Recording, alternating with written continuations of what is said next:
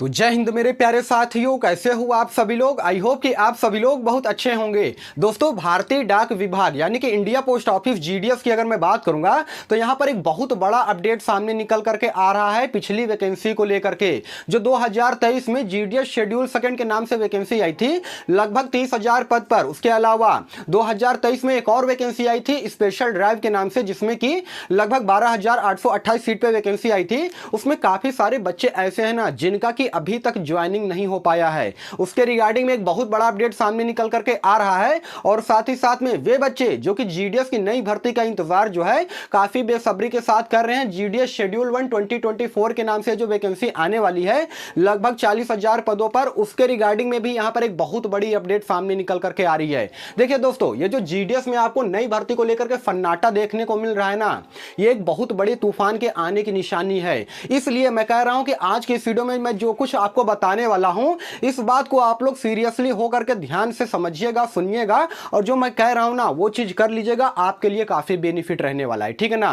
देखिए दोस्तों, इससे पहले मैं वीडियो को आज का कंटिन्यू करूं, सबसे पहले मैं आपको बता देना चाहता हूं कि कल की जो मैंने वीडियो बनाया था जिसमें मैंने आप सभी लोग को बताया था कि एयरपोर्ट में स्टाफ ग्राउंड के पदों पर, उसके अलावा और भी अलग अलग प्रकार के पदों पर 1275 पदों पर नई भर्ती आई हुई है। जिस भी बच्चों को तुरंत नौकरी चाहिए, ठीक है ना, तुरंत का मतलब यह है कि मार्च का महीना तो लगभग खत्म हो गया है। अगर अप्रैल महीने में 15 तारीख तक अगर आपको नौकरी चाहिए तो उसमें जाकर के आप लोग आवेदन कीजिएगा। कल की वीडियो मेरी देखिएगा। किसी प्रकार का कोई भी रिटन एग्जाम नहीं होगा, इंटरव्यू के आधार पर आपका सिलेक्शन होने वाला है, ठीक है ना। आप अगर 8वीं पास हो, 10वीं पास हो, 12वीं पास हो या फिर ग्रेजुएशन कर रखा है तो बेरोजगारी दूर करने का, आप अपनी बेरोजगारी दूर करने का एक बहुत ही अच्छा और सुनहरा मौका है। तो कल की वीडियो को जाकर के देखिएगा। किसी प्रकार का कोई क्वेरी हो तो आप कमेंट कीजिएगा, मैं उसका रिप्लाई भी दूंगा, ठीक है ना। आइए आज की वीडियो को कंटिन्यू करता हूं। दोस्तों, भारतीय डाक विभाग यानी कि ग्रामीण डाक सेवक में ये जो बिग अपडेट सामने निकल करके आ रही है उसके रिगार्डिंग में मैं आपको आज की इस वीडियो में चर्चा करूंगा। देखिए, ये जो जीडीएस नई भर्ती आई थी 2023 में, ये दोनों वैकेंसी जो है 2023 में आई थी, जो कि शेड्यूल 1 जिसमें कि 30,041 पदों पे भर्ती आई थी, आप सभी लोग को मालूम होगा। उसके अलावा स्पेशल ड्राइव करके वैकेंसी आई थी जिसमें कि 12,828 सीटों पर यह वैकेंसी आई थी, ठीक है ना। इसमें मैं आपको बता रहा हूं दोस्तों, देखिए सबसे पहले अगर स्पेशल ड्राइव की मैं बात करूंगा तो इसमें करीब करीब 8,000 बच्चे ऐसे हैं ना जिनका कि ना ही अभी ज्वाइनिंग हुआ है, ना ही इनको ट्रेनिंग दिया गया है, ठीक है ना। क्यों नहीं दिया गया है? क्योंकि सिलेक्शन प्रोसेस जो है वो काफी फ्लो कर दिया गया है। क्यों फ्लो कर दिया गया है वो मैं आपको आगे बताऊंगा। मतलब 30,041 पोस्ट में करीब करीब 20,000 या 18,000 पोस्ट पे ही मतलब भर्ती फुल हो पाई थी, ठीक है ना। क्यों? क्योंकि इसके सिलेक्शन प्रोसेस को रोक दिया गया था, ठीक है ना। और इसमें भी काफी लगभग मैं आपको अप्रॉक्स बता रहा हूं कि 12,000 बच्चे ऐसे हैं जिनका कि सिलेक्शन तो हो गया है, डीवी भी कंप्लीट हो गया है, लेकिन अभी तक इनको ज्वाइनिंग नहीं दिया गया है। और काफी सारे बच्चे मुझसे पूछा करते हैं कि सर इन बच्चों को ज्वाइनिंग जो है कब मिलेगी। और काफी सारे बच्चे ऐसे भी हैं जो कि तरह तरह के सवाल किया करते हैं।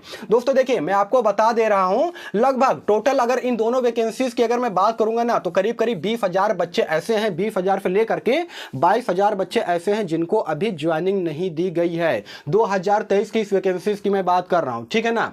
इसमें देखिए ना ही अभी बच्चों की ट्रेनिंग हुई है, ना ही ज्वाइनिंग हुई है। काफी सारे बच्चे ऐसे हैं जिनका कि सेकंड डीवी का जो है मैसेज भी आया है, कंप्लीट हो चुका है सारा A to Z, लेकिन अभी उनको लेटर नहीं मिला है ज्वाइनिंग का और ट्रेनिंग का, ठीक है ना। तो सबसे पहले मैं आपको यहां पर क्लियर कर देना चाहता हूं कि सूत्रों के मुताबिक ये खबर लग रही है दोस्तों, पता चल रहा है कि अब जो है इन बच्चों को, हालांकि आचार्य संहिता चल रही है, लेकिन आपके मोबाइल पर इंटीमेशन भेजा जाएगा, ठीक है ना, या फिर जीमेल आईडी पर इंटीमेशन भेजा जाएगा ट्रेनिंग के लिए। इसलिए आप अपना जो मोबाइल नंबर है या फिर जीमेल आईडी है ना वो पूरी तरीके से एक्टिव रखिएगा। कभी भी आपके मोबाइल पर इंटीमेशन भेजा जा सकता है, ठीक है ना। तो जो आप अपने मोबाइल नंबर जो आपने एप्लीकेशन करते वक्त दिया था ना, वही मोबाइल नंबर जो है एक्टिव होना चाहिए। उसके अलावा जीमेल आईडी वही होना चाहिए जो आपने एप्लीकेशन के वक्त जो है दिया था, ठीक है ना। ये दोनों चीजें जो है वो आप लोग एक्टिव कर लीजिए। कभी भी आपके मोबाइल पर इंटीमेशन भेजा जा सकता है ट्रेनिंग लेटर का, उसके बाद आपको ज्वाइनिंग दी जाएगी, ठीक है ना। जैसा कि आप सभी लोग को मालूम है, अगर आप जीडीएस एबीपीएम और बीपीएम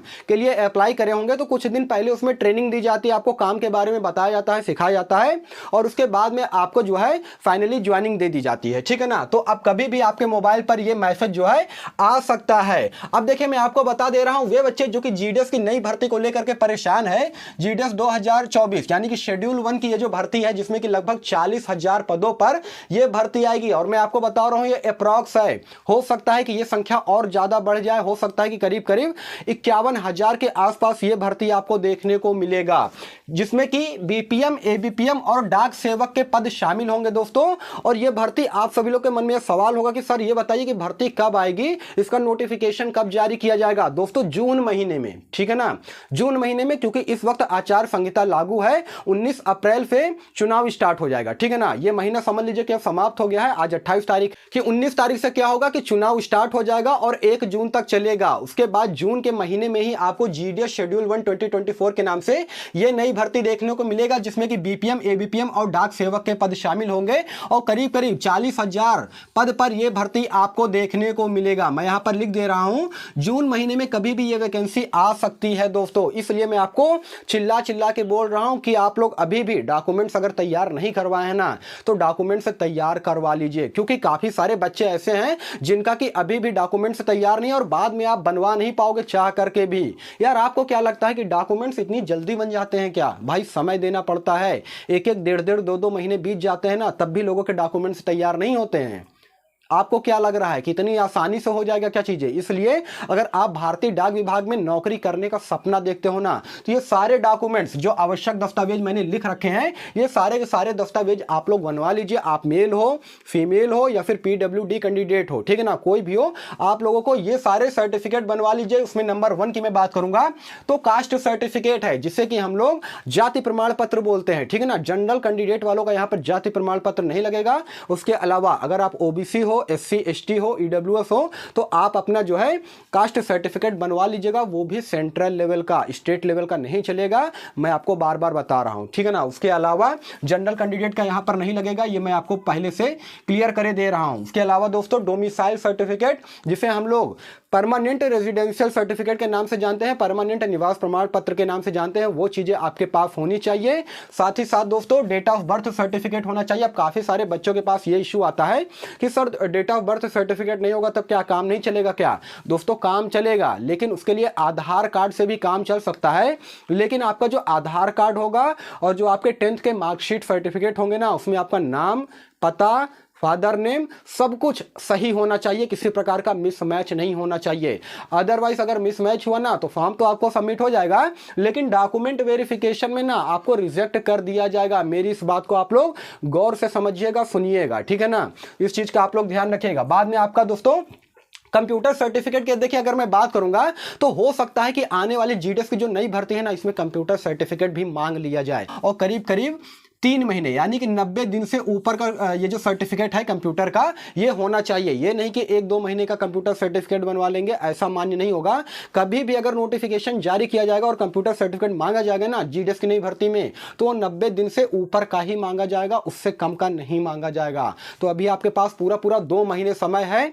अप्रैल और मई, जून में ये भर्ती आ जाएगी दोस्तों, कभी भी आ सकती है, या तो फर्स्ट वीक में आ जाए, सेकेंड वीक में आ जाए, लेकिन जून में आपको ये वैकेंसी देखने को मिल जाएगी। इसलिए अभी आप लोग ये सारे डॉक्यूमेंट्स बनवा लीजिए। कंप्यूटर सर्टिफिकेट भी हो सकता है कि मांगा जाए, इसलिए आप लोग बनवा सकते हो। उसके अलावा आधार कार्ड आपके पास होना चाहिए और आधार कार्ड में आपका नाम, पता, फादर नेम वगैरह, डेट ऑफ बर्थ बिल्कुल क्लियर होना चाहिए, ठीक है ना। मिसमैच नहीं होना चाहिए, इस चीज को आप लोग समझिएगा। उसके अलावा पीडब्ल्यूडी कैंडिडेट के लिए मैं बता रहा हूं, उनके लिए एक विकलांगता सर्टिफिकेट बनता है, आप लोग वो बनवा करके रखे रहिएगा, ठीक है ना। तभी जाकर के आप जो है जीडीएस के इस नई भर्ती में, जो कि जीडीएस शेड्यूल 1 2024 के नाम से ये भर्ती जून में आएगी, इसमें आप अप्लाई कर सकते हो। दोस्तों इस बात को मेरी आप लोग बिल्कुल गांठ बांध लीजिएगा, यानी कि एक कान से सुने और दूसरे कान से निकाल दे, ऐसा बिल्कुल मत कहिएगा। देखिए मैं पहले 1.5-2 महीने से चिल्लाता आ रहा हूं, बताता आ रहा हूं कि आप लोग जो है ये सारी चीजें बनवा लीजिए, अदरवाइज आप लोग बाद में कहोगे कि सर आपने बताया ही नहीं। मैं यार हमेशा बताता रहता हूं, बीच बीच में याद दिलाता रहता हूं कि ये सारे सर्टिफिकेट जो है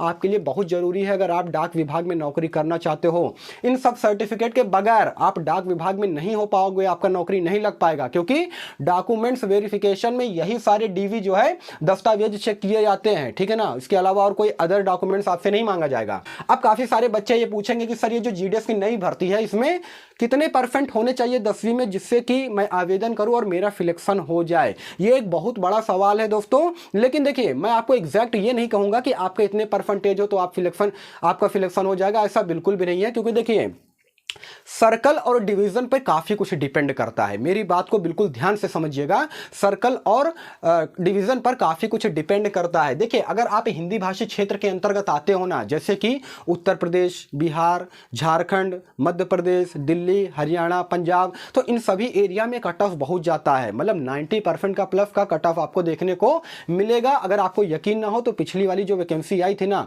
उसका मेरिट सूची आप उठा करके देख लीजिए। मेरे टेलीग्राम चैनल पे अभी भी पड़ा हुआ है, आप जाकर के चेक कर सकते हो। टेलीग्राम चैनल का लिंक मैंने वीडियो के डिस्क्रिप्शन में ऑलरेडी डाल रखा है, ठीक है ना। और यदि आप महाराष्ट्र, गुजरात, उड़ीसा या फिर नॉर्थ ईस्ट से आते हो दोस्तों, तो वहां पर अगर आपके 70% भी मार्क्स होंगे ना, या फिर 75% भी मार्क्स होगा, तो आपका सिलेक्शन हो सकता है। मैं यहां पर लिख भी दे रहा हूं कि अगर आपके 75% प्लस मार्क्स आए हाई स्कूल में, तो आप लोग जरूर से जरूर आवेदन कीजिएगा।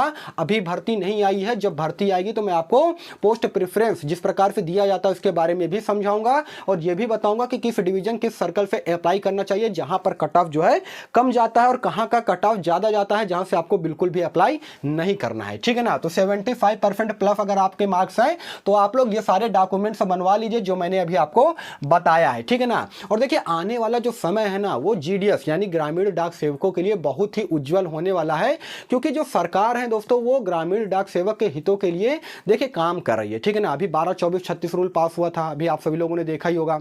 उसके अलावा जो डीए है, जो महंगाई भत्ता है, वो पहले 46% मिलता था, उसे ऑफिशियली अब 50% कर दिया गया है, यानी कि उसमें भी 4% का बढ़ोतरी देखने को मिल रहा है। तो आने वाला जो समय होगा ना, वो जीडीएस के लिए, ग्रामीण डाक सेवकों के लिए ये बहुत ही उत्तम होने वाला है।